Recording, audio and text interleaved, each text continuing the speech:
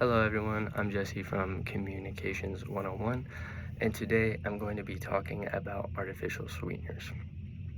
Now, the reason I chose artificial sweeteners is because I personally consume artificial sweeteners about once a day. I have a diet soda about once a day, and scrolling through social media such as Instagram or TikTok, I observed that there is a bad reputation behind artificial sweeteners, that they are cancer causing, hormone disrupting, they are bad for diabetes and insulin, but I wanted to find out the truth behind these artificial sweeteners to learn what they are and what they actually do. Now, when I was researching this topic, I uncovered the actual truth behind artificial sweeteners. And the truth is that they are generally harmless, but the reputation exists today nonetheless. Now, to dive right into it, firstly, I'm going to talk about what artificial sweeteners are. Artificial sweeteners are molecules that are similar in structure to things like sucrose. Sucrose is just regular sugar that is added to drinks and food to add nutritional value, calories, and as a sweetener. Artificial sweeteners replace this sucrose as an additive because it activates the same taste receptors on your tongue. It's basically so similar that the receptors can't tell the difference, and it activates the sweetness receptors on the tongue.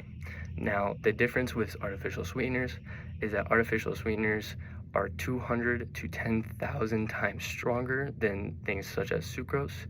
So when used as an additive, artificial sweeteners provide no calories because there needs to be way less added to the food or drink in order to achieve the same level of sweetness. Now, the bad reputation of these artificial sweeteners that is garnered online, and I've personally seen when it comes to talks about diet and health, is from a 1970s study. It was very flawed. They overdosed these rats and basically found a correlation between high doses of artificial sweeteners and cancer. Now, that was taken and ran with, and to this day it still comes back and gives artificial sweeteners a bad reputation. Now, when we're going to talk about how artificial sweeteners are harmless, I'm going to reference the National Cancer Institute. They did an article where they looked at different meta-analysis, which is just different analysis of different studies, to show the actual research behind artificial sweeteners. Now, specifically, I'm going to be talking about aspartame. Aspartame was the artificial sweetener that was injected into those rats back in 1970s. So aspartame has been a controversial artificial sweetener for a long time. Now, the truth behind aspartame is that there's no correlation between aspartame and cancer. Back in the 1970s, they gave these rats 10 times the recommended dose that the FDA gives for human consumption.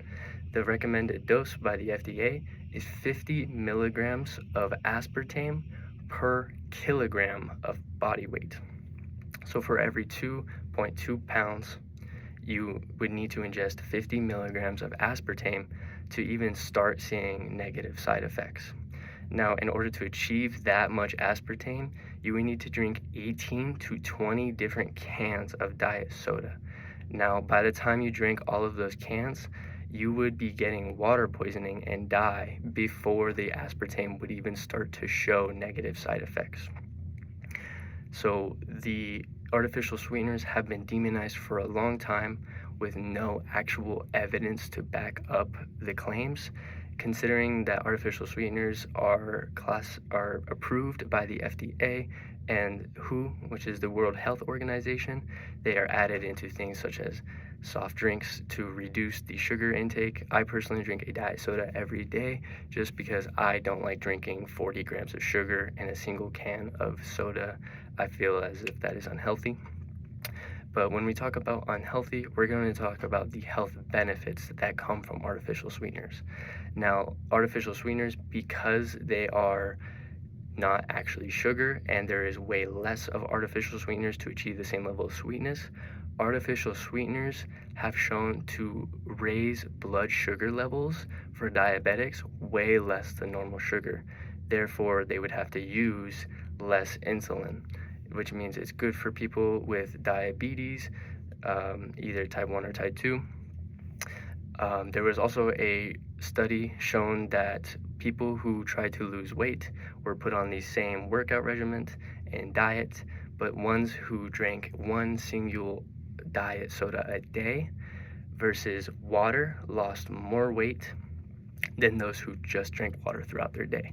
Now, water has been praised to be the only drink that should be consumed when you're trying to lose weight, but that's simply not true. There are hacks out there such as diet soda and artificial sweeteners that can help people lose weight. That is a problem that our society is facing.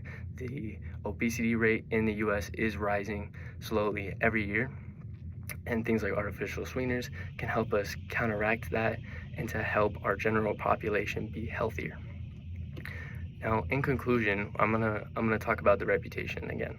The 1970 study led to this correlation between aspartame and cancer, and people for a long time praised that aspartame caused cancer, and that translated into social media today. So on Instagram and TikTok, it is still praised that artificial sweeteners are bad for you and that they can cause cancer. Now, that's just simply not true due to multiple different research studies showing that the correlation between artificial sweeteners and cancer is weak, and most studies find no correlation at all. Now, the health benefits, again, if you need to lose weight, a diet soda a day could mean the world in your progress, and versus just drinking water. For those with diabetes, it can help them with their blood sugar levels and things like that. That was my persuasive speech. I hope I persuaded all of you that artificial sweeteners are not bad for you and actually may provide benefits in your everyday life and to help you achieve your goals. Thank you.